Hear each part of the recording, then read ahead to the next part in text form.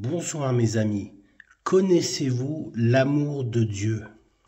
Je ne peux pas oublier le moment où j'ai ressenti pour la première fois ce déversement d'amour qui est venu, je dirais, de nulle part, qui m'a littéralement enveloppé quand j'étais dans une rencontre de jeunesse. Je me suis retrouvé un peu par hasard, propulsé au milieu de ces jeunes, dans une grande convention, dans une grande réunion de jeunesse où j'étais là. Tout à coup, il y a eu ce rendez-vous, il y a eu cette rencontre, il y a eu ce déversement d'amour qui est venu sur moi, amen, qui est venu du ciel et qui m'a pris autour de moi et en moi, et que je ne peux oublier, amen. Et pour la première fois, j'ai été touché par l'amour incroyable de Dieu. L'amour extraordinaire, l'amour indescriptible de mon Créateur. Amen.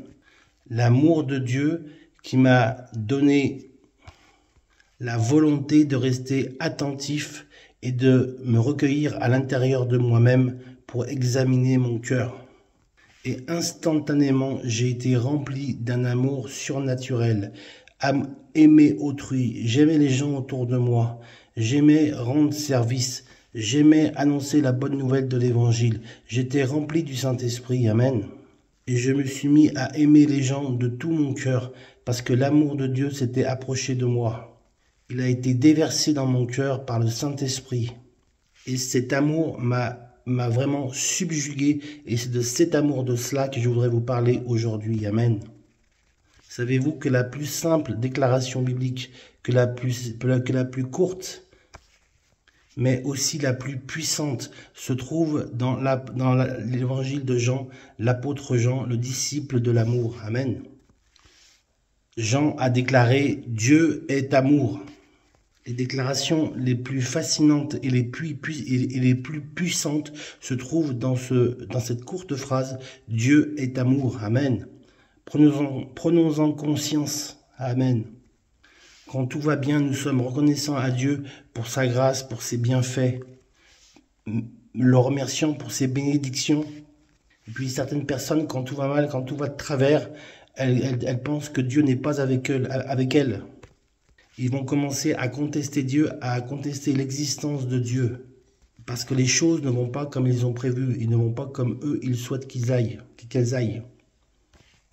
J'espère réellement que par ce message, le Saint-Esprit, l'Esprit de Dieu puisse vous toucher abondamment, toucher l'intérieur, le cœur, votre cœur, et que vous puissiez connaître réellement la réalité de l'amour de Dieu. Amen.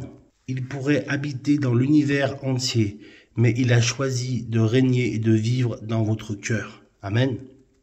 Mon ami, ne te cache pas la réalité. Dieu est amour. Amen. Dieu t'aime, il est fou de toi. Cette réalité, cette expression de l'amour de Dieu, cette réalité, cette expression de l'amour de Dieu, regardez avec quelle tendresse, avec quelle passion, avec quel amour Dieu parle dans sa parole, par les prophètes dans l'Ancien Testament ou parle de son peuple, du peuple de Dieu, dans les Saintes Écritures. Amen. Il dit, ne crains rien, je te rachète. Je te pardonne, je t'appelle par ton nom, parce que mon enfant, te dit le Seigneur, tu as du prix à mes yeux. Parce que je t'aime, Dieu n'est pas avare en déclaration d'amour. Le prophète Jérémie déclare avec le Seigneur, avec son Dieu, je t'aime d'un amour éternel, dit le Seigneur à Jérémie. Aucune déclaration n'est aussi forte que le don de Dieu pour l'humanité, au travers de la personne extraordinaire de son Fils. La déclaration d'amour suprême, plus encore que les déclarations des prophètes de l'Ancien Testament, de l'Ancienne Alliance. C'est ça la réalité de la croix de Jésus, la déclaration ultime de Dieu, de l'amour de Dieu pour l'humanité, le don parfait du Fils de Dieu pour chacun d'entre nous. Nous lisons dans Jean chapitre 3 au verset 16, « Car Dieu a tant aimé le monde qu'il a donné son Fils unique, afin que quiconque croit en lui ne périsse point, mais qu'il ait la vie éternelle. » Amen. Car Dieu a tellement ou tant aimé le monde qu'il a donné son Fils unique. Amen. Nous lisons aussi dans 1 Jean 3,16. Il est dit, nous avons connu l'amour en ce qu'il a donné sa vie pour nous. Amen. Jésus a donné sa vie pour toi, mon ami, et pour moi aussi. La déclaration suprême de l'amour de Dieu, c'est le don de son Fils à la croix. C'est le don de sa vie. Amen. Il n'y a pas de plus grand amour que de donner sa vie pour ses amis. Amen. Avant que nous puissions être capables d'aimer, avant que nous eussions pensé à lui, alors que nous étions encore loin de lui, Dieu s'est approché de nous. Amen. Dieu a prouvé son amour en ce que Dieu est mort pour nous. Il nous a prouvé son amour quand nous étions encore pécheurs. Christ est mort pour nous. Il a pris sur lui notre condamnation. Amen. Il a porté tout ce qui nous sépare de Dieu. Il n'a pas voulu que qu'il soit seul au ciel. Il a voulu que nous soyons avec lui là-haut. Pour que nous soyons avec lui, il fallait solutionner le problème du péché. C'est pour cela que Jésus est venu, que Dieu s'est fait homme, que Dieu s'est fait chair, qu'il a habité parmi nous, afin que nous puissions avoir ce salut éternel en lui. Amen. Au travers du pardon de nos péchés, car lui s'est chargé de nos péchés. Amen. Il s'est chargé de nos maux, de nos fautes, de nos maladies, de nos souffrances, bien sûr.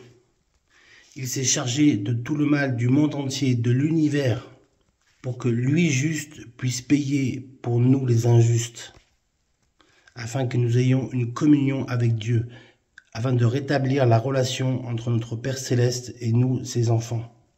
C'est un message absolument incroyable et vraiment extraordinaire.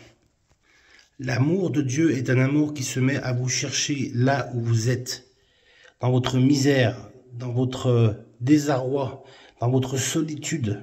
Dieu vous cherche, Dieu vous cherche. Là où vous êtes, Dieu désire avoir un accès à votre vie, mes amis. Dans la mesure où vous êtes ouvert et réceptif, il suffit simplement d'ouvrir votre cœur et de laisser ce Dieu simplement vous toucher par son amour. Parce que peut-être que vous avez une fausse image de Dieu. Car ce que Dieu vous propose, ce n'est pas une religion ou la religion, c'est une relation personnelle avec lui quotidienne, en continu. Ce n'est pas du courant alternatif, c'est du courant continu. Amen. Peut-être que vous avez une idée fausse sur Dieu et l'amour de Dieu n'est pas là, n'est pas dans votre cœur. Peut-être posez-vous des questions. Les autres reçoivent quelque chose et moi je ne reçois rien. Pourquoi ? Je ne reçois pas, je ne reçois rien. Là où vous êtes, Dieu veut vous servir aujourd'hui. Il veut vous servir comme un enfant aime son père. Il veut vous servir et il veut vous toucher par sa puissance d'amour. Parce que l'amour de Dieu vous cherche. Parce que vous êtes précieux pour Dieu, vous êtes précieux pour lui. Le ciel sans vous ne laisse pas Dieu tranquille. Il va tout mettre en mouvement. Il va faire tout ce qu'il peut pour toucher votre cœur et que vous soyez touchés par la grâce de Dieu. Il met tout en route pour que vous soyez sauvés. Amen. Il ne peut nous oublier. Entendez-vous cette promesse? Dieu ne nous oubliera jamais, ne nous oublie jamais. Dieu ne peut nous oublier. Amen. Je terminerai par ces quelques paroles. Il est dit dans la parole de Dieu que son amour, il ne peut pas oublier le cri du malheureux. Vous pouvez faire appel à lui, il vous entend. Le malheureux n'est pas oublié à jamais. Amen. Aujourd'hui, présentez-vous à Dieu. Présentez-vous à Jésus, sans tricher, dans la sincérité de votre cœur, sans rien cacher, sans faire un jeu. On ne joue pas avec Dieu. Simplement, laissez Dieu vous toucher, mes amis.